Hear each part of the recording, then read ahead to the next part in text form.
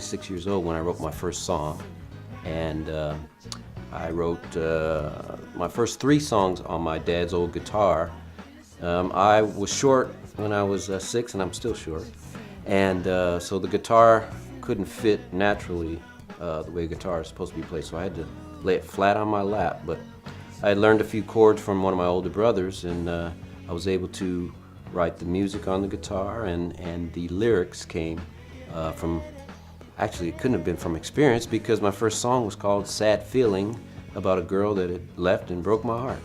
Of course, back then the girls had cooties, so it wasn't from experience, but I know that it had to be, number one, a gift, and also around the house there was always music.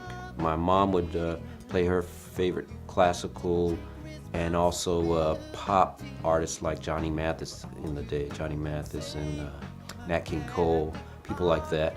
Yet my dad would play more of the blues stuff, Jimmy Smith and B.B. King. And I think the combination of those two styles was infused in me early on. And my parents bought me a little record player that I would just sit and watch the record spin and listen for hours and hours. But I think the watching the records was not just an exercise in being hypnotized. It was also something that helped me to recognize that on those labels there are people other than the artists. They're actually listed the songwriters, it listed the producers, and I started to recognize names as I got a little bit older, that I would see a lot of the same names of songs I'd like. What can I say about my friend Preston Glass? It is an honor and a pleasure to be a part of not only this event today, but to have you as a part of my life.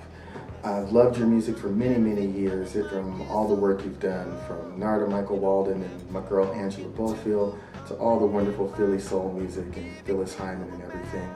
Today we are here to celebrate your new music, Elevator Speech, and I'm particularly happy about that because I think that the world needs to know a lot more about you as an artist, and to see you come from behind the scenes into the forefront, into the light that you truly deserve. So Preston, thank you so much for letting me be a part of this. I'm gonna go over here and party and have some champagne and celebrate you and your artistry. Peace. Hey Preston, what's up? It's Ron. Just wanted to congratulate you on your new CD. Hey man, I love that CD. I'm playing it, brother, believe me. And one thing about your writing that I really love, you always have great melodies. You know, and I'm a melody lover, and you know, I guess that's the school I come from in Philly and the Motown family. So I want to wish you a lot of luck on it, you know, and as always, little brother, I enjoy working with you, and I wish you a lot of success on it. And let's keep writing and make it happen. Congratulations. Moved to Seattle, Washington. My brother and I were signed as staff writers. And what that basically is, for those of you who don't know what that is we were paid an advance salary to write songs for whatever projects that Tom Bell and Bellboy Music was doing. Some of the other writers, incidentally, that were staff writers for Tom exclusively there in Seattle, there's a writing team named George Merrill and Shannon Rubicam. Now, under Tom's tutelage there, they learned how to write, and they were also recording artists. They ended up writing How Will I Know for Whitney Houston, I Want to Dance with Somebody for Whitney Houston. They had their own big hit as artists. They were known as Boy Meets Girl, and they had a big hit called Waiting for a Star to Fall, and had many tunes recorded by other artists. So they were part of the team there. Hey Preston, it's George Merrill here. I have Shannon Rubicam on the music stand. Not where I usually am. I'm actually on Skype and I'm waving, and George is filming the Skype with his iPhone, so we're all in it by hook and by crook. We just wanted to check in, man, and pass on a congratulations on the new CD, and talk a little bit about some stuff we remember from the good old days back in Bellboy and onward. So we're thinking about when we met you at Tom Bell's office in Pioneer Square in Seattle, when we were all fledgling songwriters and being coached by Tom and doing some co-writing with various members of the writing teams there. Yeah. You know, sometimes writing really great songs, sometimes not so great. It sure was a lot of fun going from room to room and hearing what everybody was up to, though. That was a lot of fun. It was fun, and the suitcase roses, remember those? Oh, man. Why did we sell those? I don't know. And then we fast forwarded, and one day George got a call from Preston, I think. Yeah. Preston and Alan were in the studio with Narda Michael Walden, and they were, I think, recording or mixing Whitney Houston's How Will I Know, which we had written with Narda. And so you got the call, George, you have to say. Yeah, I can hardly keep quiet. That was a magical afternoon. Because where we left off, we had heard that this young girl named Whitney Houston was going to sing our song, but we didn't know anything more than that, except that her mother was Sissy Houston. And so, you know, we get the call, and both you guys said, I just really think you should sit down and hear this. And you just, you know, hit play, and right off the intro, I mean, it just, you know, it was just kicking. I mean, it's what you hear. It's basically, you know, what we all know as the song now. So, except that we heard it over the phone, and the phone was just, I still remember hearing her voice come soaring out of the phone, and the phone just saying, "Please, dear God, this is." It was wonderful. It was a great moment. That was a fun call to get, and it was such a nice way to reconnect with you, because I think some years had gone by and you'd been doing your thing and following your career, and we'd been following ours, and so it was really wonderful to hear from you in particular, and to know that you guys were in the studio there. And that you made such a difference on our song too. I mean, it was such a wonderful full circle. Yeah. And so here you are again doing another album and or CD, and congratulations. We're looking forward to hearing it, and may all go well, and we wish you all kinds of love and success. That's right. Good fortunes, Preston. Take care. This is David Nathan on a snowy day in London town.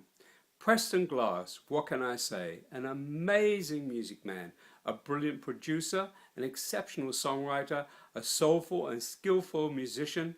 It was a privilege to work with him on my second CD. He is kind and generous with his time and talent, and in my book, one of the best guys in the music industry. A1 Preston Glass. Preston, you know, I've always been a great fan of yours. Year after year, as I stated before, you continue to exhibit the unique and unique musical talents that God has blessed you with, and I think that you're very fortunate. Also, you have the full respect, I mean the full respect of all your peers, and naturally that includes me, of course. You understand that music education is so important in grades K through 12. And frankly speaking, we in many of our institutions, we are missing that education component. So you keep doing what you do in that area, because it's very important. Also, I would like to say that you keep bringing this good music of yours, your musical works, to the world for the enjoyment of many generations to come. My good friend, take care.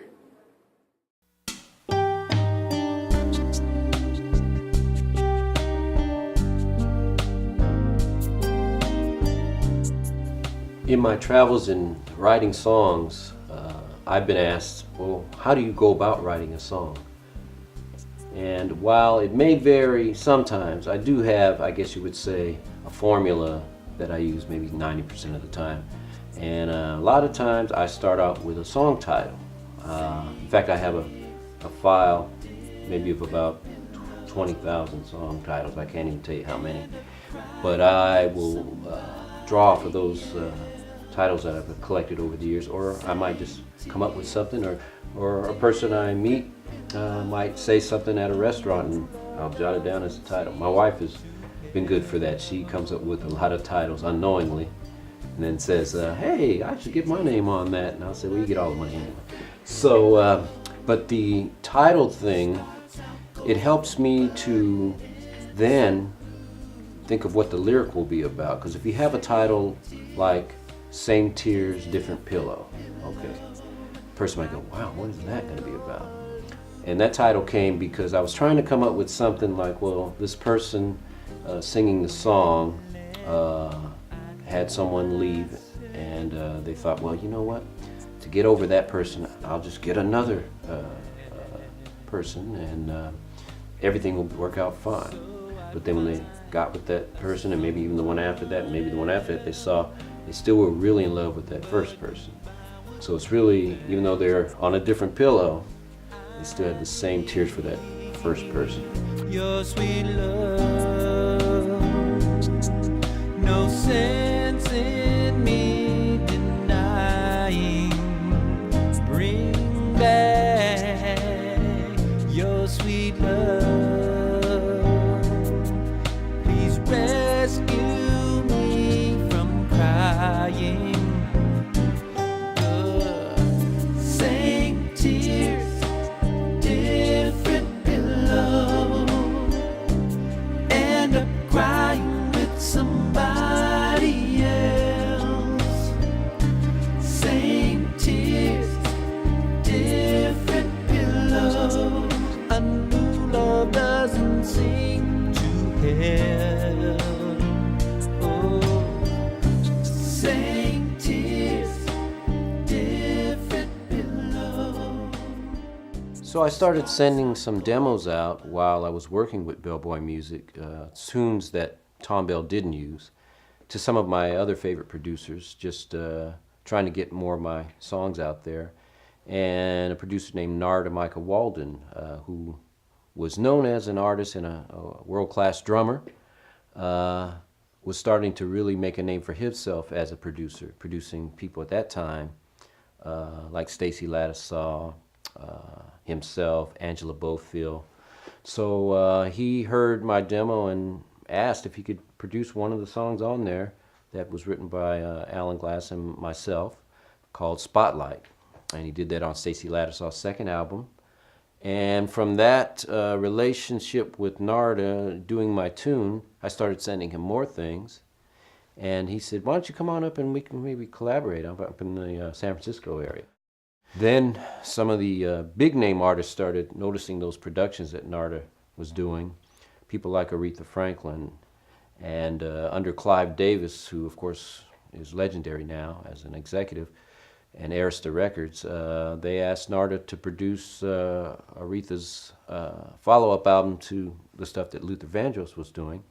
And Narda, of course, had his staff working on all the material that he was producing. And I was able to co-write Who's Zooming Who with Narda and Aretha, which was the title cut to her album that, of course, included Freeway of Love. And Narda also kind of looked at me as an A&R person, finding material outside, finding even material within the camp. And in fact, there was an old song that he had written that he forgot about. When he was asked to do Aretha Franklin, I reminded him about Freeway of Love. I said, "What about the song that you had written for yourself?" And the rhythm section rehearsed it, and we laid it down, and Clive Davis said, "This is a smash," and of course it was a #1 hit. Hello, my name is Narda Michael Walden, and I'm very happy to speak about my brother Preston Glass today. I first received a tape way back when I was doing Stacey Lattisaw's first solo album, and I received a tape from Preston, a song called Spotlight. Shine your love on me, put me in the spotlight, boom, boom, boom, boom, boom.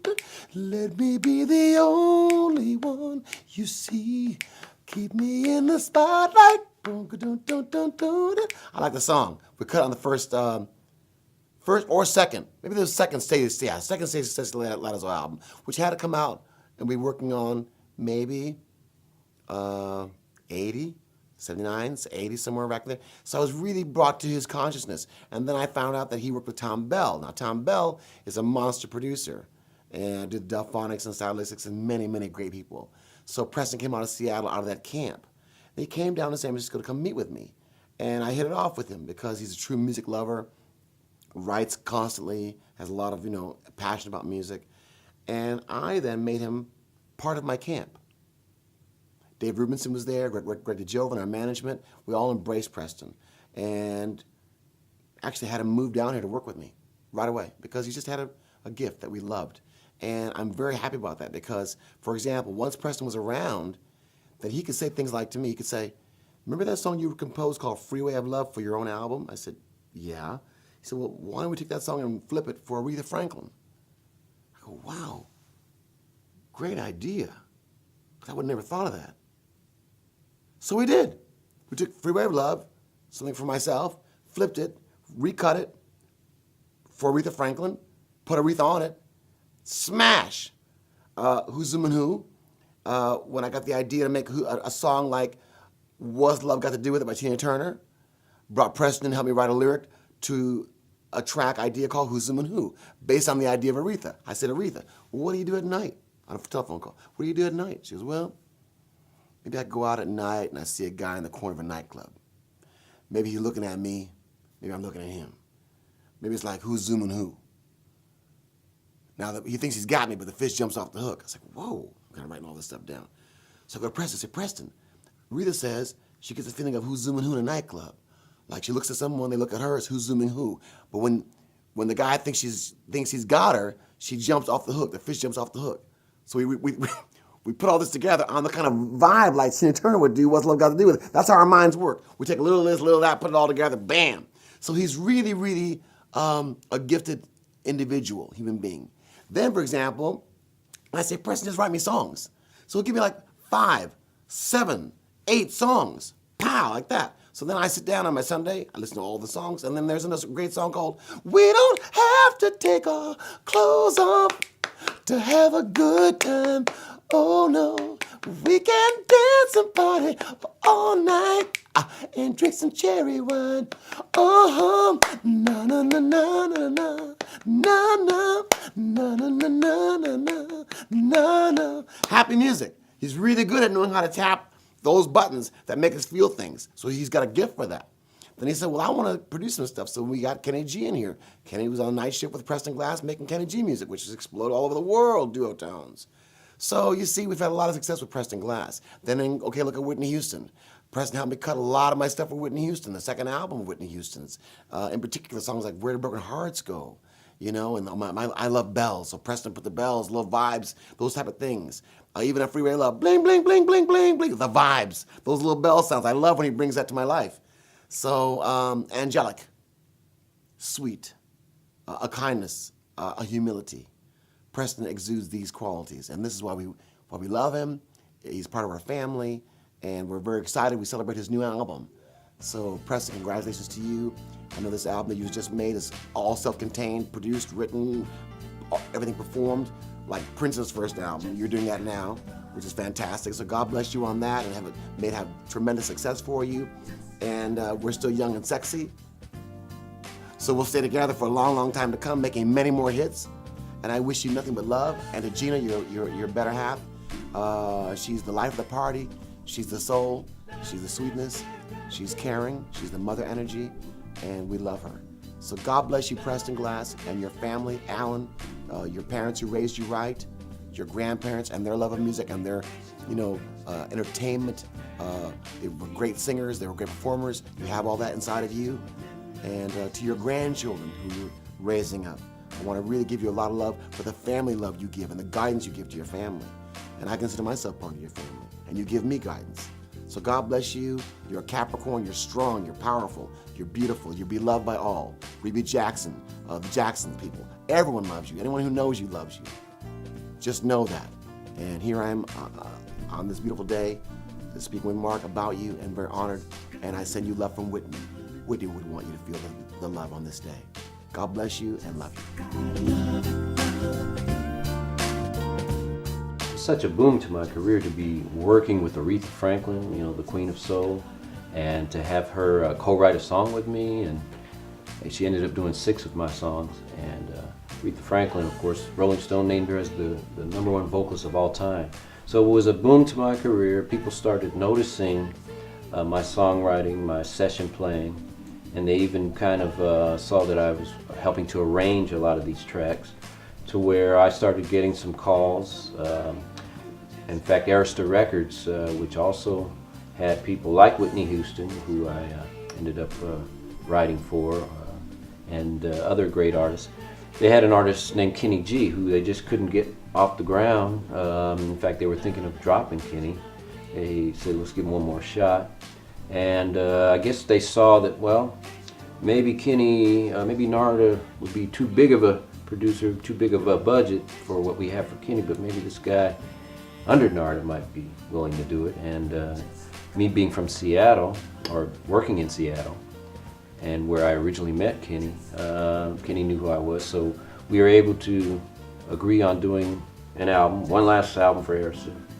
And we just wanted to just make a great album that he was happy with and that I was happy with, not thinking that it would do what it did. And the name of the album is Duo Tones, and it had the now classic song Songbird, which spawned smooth jazz. But that too made another, I guess, step in my career into production. And fortunately, I had watched Tom Bell very closely, watched Narda Michael Walden very closely, all those sessions, started co-producing some things with Narda, and that helped cut my teeth and to be able to go on after that Kenny G success and start my own production company and end up producing artists like Earth, Wind & Fire and Johnny Mathis, and just people that I grew up looking at those 45s, never knowing that I would be working with them, but just saying one day I hope I can make records like this.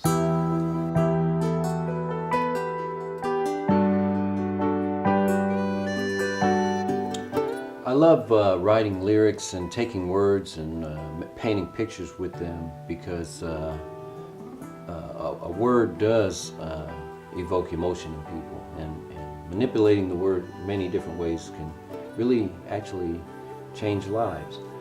I've learned that. And in studying some of my favorite writers, Lennon and McCartney, Stevie Wonder is one of my favorite writers. I noticed what Stevie does a lot. He'll take a song title, a potential song title, say like Heartbreak Tuesday, and he'll flip the word and it'll be Tuesday Heartbreak, and it'll be, wow, what made him think of that? There's a song that I wrote for my new CD called Anyway Smile. I had Smile Anyway written down, and I was trying to think if this would be good enough, and I said, I wonder what would happen if I switch it and go Anyway Smile. And then I started thinking of, well, the song would be about a person, no matter what happens in their life, good or bad, they would have to smile anyway, especially since there's a lot of people depending on their encouragement and their being positive. What made me think of that lyric, I think, because I know a lot of people like that around me, that whether it be my wife, who's, a lot of people say that she's a very positive person, she's always smiling, she's always laughing, but being her husband, I know, well, she's not always happy. Sometimes she gets down about things like we all do, but she smiles anyway. And sometimes that even applies to me. So I think I said to myself, I'm going to flip the title towards Anyway Smile. Actually, that would probably sing better too, and make it a little bit deeper.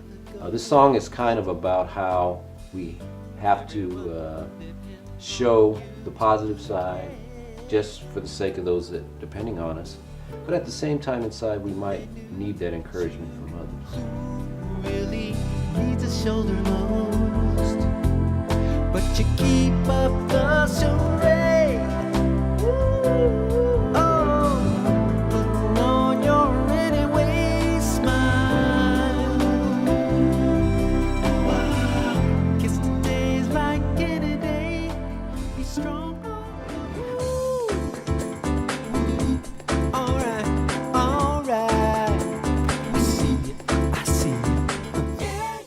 song on my CD called Just Because the Camera's On, and what inspired the title and then the follow-up, the lyric, is in my dealings with people in Hollywood, a lot of times they'll turn on a charm, or they'll turn on being Mr. Nice Guy or Miss Nice Lady, but in reality they're doing it for a reason other than being sincere. And I thought it might be a good song because a person could relate that in a love situation too. For those of us that deal with the Hollywood community, we'll know the underlying message, but I wrote the lyric kind of relating to a relationship kind of a situation where a person is only behaving warmly toward a person when others are looking or when others are observing, so hence when the camera's on. Say that you love me, I know you're true.